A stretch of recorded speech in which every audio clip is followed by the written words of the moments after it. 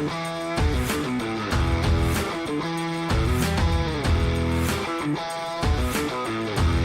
is up, guys? Welcome back to the Jenks Island podcast, the only podcast where you get your takes from a washed-up Division III cornerback. I'm your host, Chris Jenkins, and I'm not joined by Ty McGee or Hammer today just due to some scheduling conflicts with the holidays. It is currently 1:13 a.m. on Christmas Eve. I am recording this right after the Saints took an absolute ass-whooping from the Packers, 33-0. Saints' first team to be shut out this NFL season, and I broke that game down for any Saints fans interested in looking or watching that right here. And feel free to check that out. For all the non-Saints fans out there, I'll be breaking down the Christmas Day games and Thursday night football game in this little mini episode. And then we'll be doing a second episode this week, breaking down the weekend slate of games. So I won't be doing a leaders review just for our pick'em group for this one, but I'll be breaking down the 3 games of Christmas and Thursday night football. Anyways, getting right into the first game of Christmas, we got the Chiefs taking on the Steelers in Pittsburgh. The Chiefs looking to shore up the number 1 seed, and the Steelers looking to keep atop of the AFC North and hoping that the Ravens lose to the Texans. The Steelers and Russell Wilson looked like they had life against the Ravens after Lamar Jackson threw a pick in the red zone. After having a huge game against the Steelers, one of his best games of his career against the Steelers, he threw a pick in the red zone, and it looked like the Steelers had some life right after that. But then Russell Wilson went and threw one of the worst picks I've seen in my life in an NFL game, throwing the ball like 4 yards behind his receiver on a short out route. It was just really bad throw. Marlon Humphrey took it for 6, and obviously the Ravens ran away with that game after that. On the other side, you got the Chiefs coming off a win yet again. Only 1 loss so far this season, and their offense is only getting better with Hollywood Brown coming back, Pacheco coming back. This offense getting their feet back on them is going to be scary for NFL teams. If the Steelers can't beat them in this one, they'll get that number 1 seed, get another week of rest in the playoffs, and that'll be huge for them. Right. I think the Chiefs just need to get healthy, and then we can see that playoffs Chiefs really come to life and dominate in the playoffs. We'll see if that happens or not. That being said, the Steelers are getting a little bit healthier in this one too, with George Pickens coming back. He practiced today, and he's going to be a huge key piece to this offense in this game. The offense has struggled without him. The run game has struggled without him, just because the defense knows that the passing game is a lot worse without him, right? So they can focus on the run game, shut that down. But when George Pickens involved, Russell Wilson has a little bit of a safety blanket. He throws the ball to him constantly.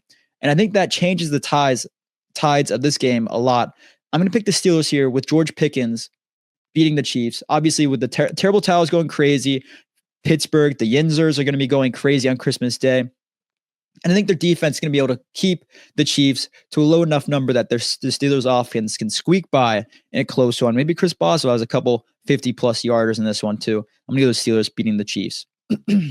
Next, we got the Ravens taking on the Texans in a big game in Houston, with the Ravens looking to obviously jump the Steelers if they lose, and the Texans looking to basically just play for playoff seeding, right? They're down Tank Dell. Joe Mixon had a bad game last week. The Ravens on the other side, Lamar Jackson, front runner for MVP right now. If he has a huge game in this one, I think it's his reward, his award to lose. And I think Derrick Henry obviously has some say in that. Derrick Henry did run for 160 yards last week, so that kind of blemishes Lamar Jackson's resume a little bit. And I think Derrick Henry has another big game in this one. I think the Texans will have a solid game. Nico Collins obviously being back is huge for them, right? But without Tank Dell, the offense takes a hit yet again.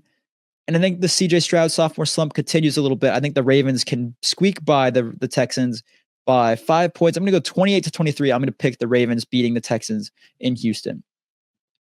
Finally, we got the Seahawks taking on the Bears in Chicago, and the Bears, man, they're leaning fully into the tank, as it appeared. Like, Caleb Williams hasn't looked great. He looks like he's mentally falling apart a little bit. I think that continues until the offseason, but once the offseason hits, they get some new head coach, hopefully Ben Johnson for all the Bears fans out there. But I think once that happens, the culture changes. I think they turn it around a little bit. But until then, the Seahawks team is looking to just kill them in Chicago. The Seahawks team with JSN, Geno Smith obviously playing a little bit better this year, but he had a terrible pick to end the game against the Vikings this past week. I think Geno Smith and JSN is a true connection. It's a receiver 1 down there, or up there in Seattle. DK Metcalf, previously the receiver 1. He's still a guy that he's a bigger frame, bigger body, yard after catch kind of guy, but JSN is an absolute do-it-all star in Seattle. And if they continue keeping him involved, they will beat the Chicago Bears in this one. I will say Keenan Allen getting a little bit involved for the Bears is awesome to see for Caleb Williams. That's a good mentor for all the receivers there too. But he's slowing down. That's going to be tough for him to continue for the next couple of years. But I'm going to pick the Seahawks beating the Bears in this one. Anyways, that'll do it for our little mini episode, as I'd like to call it. As usual, you guys know to check us out at Jenks Island on all social medias, as well as at Jenks Island Podcast on wherever you get your podcasts, on YouTube, Spotify, Apple Podcasts, Google Podcasts, wherever you like to view your episodes. And we will see you guys next week. Merry Christmas, everyone. Happy birthday to John. And then I believe happy birthday to Ty a few days after that. We talked about that at the end of the last episode. But happy birthday, everyone. And we will see you guys next week. Merry Christmas.